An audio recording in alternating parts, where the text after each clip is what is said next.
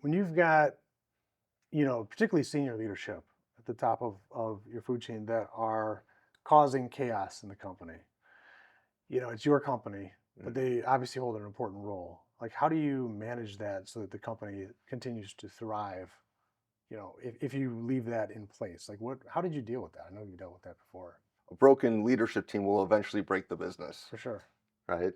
Um, so, so I've had a lot of situations where my leadership team wasn't aligned, and there were different theories and just inner workings, and the business was able to survive because it was strong in what it did, but it was never able to thrive. Hmm. We were never able to thrive because there was just this butting of heads, and having somebody entrenched against you, literally to the point where it was like, hey, John, whatever you said, I was just taking the other position. Hmm. I mean, like, it's such a toxic environment.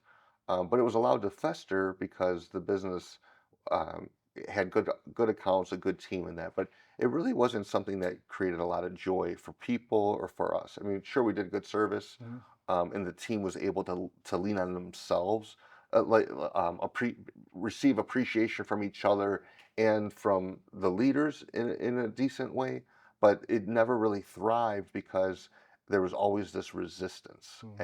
and you can only have one direction, and it took me a long time to really take that. And I was wearing a bunch of different masks. One was around, I did not want to disrupt what we had. We had some good things, and I didn't want to disrupt that. And so, in some ways, I played the ghost, Hmm. right? I disappeared from the company and I went and built other companies, Yeah. right?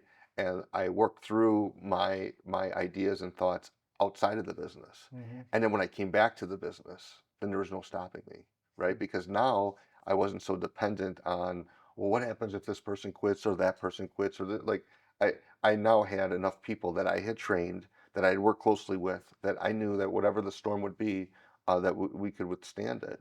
And that changed for me. So I like to encourage people to make sure, like, you don't just blindly stop, drop, change everything. You have to make sure that you're being prudent, right? Be responsible.